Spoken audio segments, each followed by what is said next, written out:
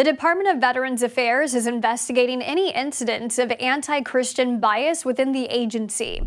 An email sent to staff Monday asked employees to report any informal policies, procedures, or any behaviors from fellow colleagues or leadership that they feel discriminates against the Christian faith.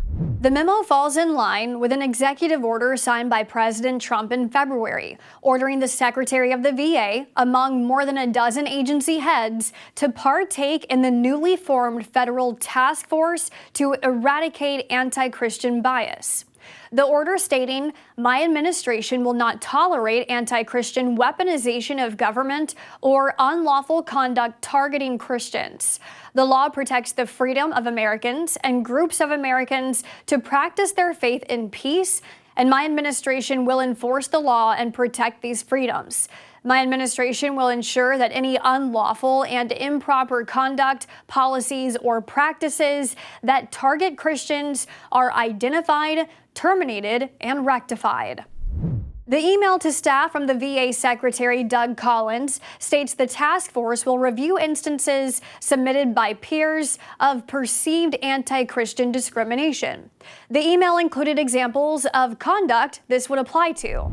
According to the memo obtained by The Guardian, among other news outlets, the email said to report any examples of adverse actions taken in response to an accommodation request, any mistreatment or reprimand issued in response to displays of Christian imagery or symbols, any observations of mistreatment from non-participating in events or activities inconsistent with Christian views, any adverse responses to requests for religious exemption under the previous vaccine mandates.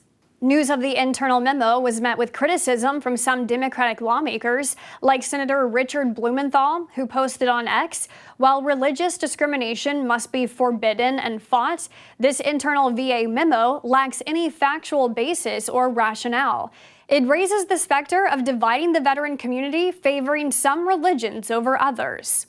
And the advocacy group Americans United expressed its opposition to the formation of the task force, stating this is part of the Christian nationalist crusade to remake our country, not on our watch.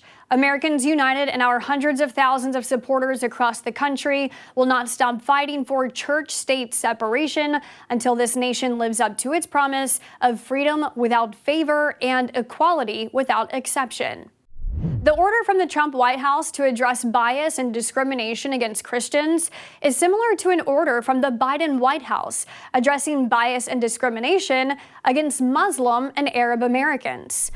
In its press release announcing its strategy to counter Islamophobia and anti-Arab hate, one of its priorities is tackling discrimination against Muslims and Arabs and appropriately accommodate their religious practices. More agencies are making it clear that discrimination against Muslim and Arab Americans in federally funded activities is illegal, and the administration has instituted new practices to accommodate religion and produced a wide range of resources and trainings on non-discrimination and religious freedom. Cabinet members of the newly aligned Anti-Christian Bias Task Force met this week for its launch and first cabinet meeting. The Trump administration argues the task force won't favor Christianity over another religion, but rather root out any instances of anti-Christian discrimination they say was allowed under the previous administration. Here's what Attorney General Pam Bondi said at the meeting. The First Amendment isn't just a line in the Constitution. It's the cornerstone of our American liberty. It guarantees every citizen the right to speak freely, worship freely, and live according to their conscience without government interference. Protecting Christians from bias is not favoritism. It's upholding the rule of law and fulfilling the constitutional promise. The task force will dissolve after 2 years unless the executive order is extended by Trump. Thanks for watching our news update. For more stories that matter to you, download the SAN mobile app today.